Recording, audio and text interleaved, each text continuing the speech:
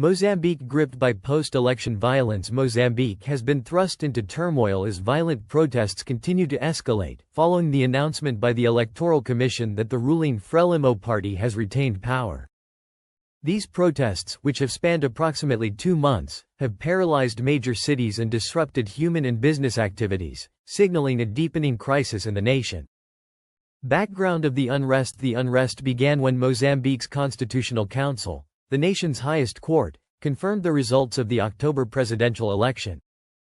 Frelimo's candidate, Daniel Chapo, was declared the winner with 65% of the vote, a revision from the initial tally of nearly 71%.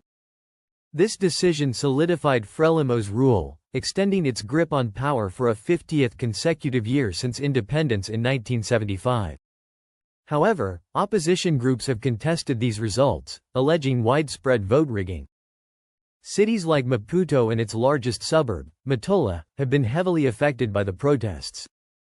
Businesses, including banks, have closed, and public transportation has ground to a halt. Demonstrations have been marked by looting and vandalism, with supermarkets and warehouses ransacked.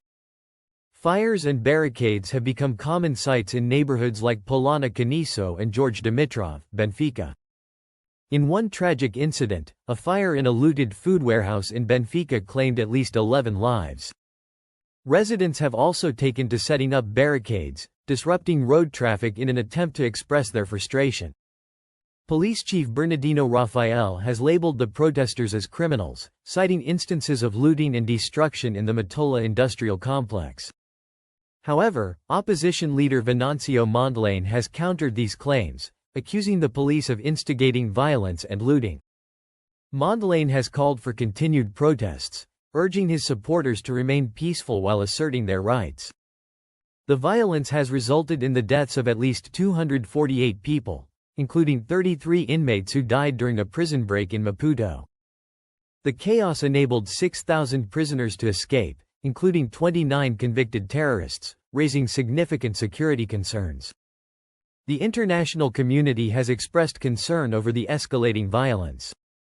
UN Secretary-General Antonio Guterres has urged political leaders to engage in meaningful dialogue and legal redress to resolve the crisis. He emphasized the need for peaceful solutions to ensure Mozambique's stability and the collective future of its citizens. The ongoing violence in Mozambique highlights deep-seated political and social fractures. Frelimo's continued dominance has fostered resentment among opposition supporters, who view the electoral process as unfair. The protests underscore the urgent need for electoral reforms and inclusive governance to prevent further polarization. The economic implications of the unrest are equally concerning. The disruption of businesses and transportation threatens Mozambique's already fragile economy, while the looting and destruction of property undermine investor confidence. Furthermore, the prison break poses a security risk that could exacerbate instability. Mozambique's post-election violence is a stark reminder of the importance of transparent and fair electoral processes. The path to peace lies in fostering dialogue, addressing grievances, and rebuilding trust between the government and its citizens. As the world watches, Mozambique's leaders must seize this opportunity to steer the nation toward a more inclusive and stable future.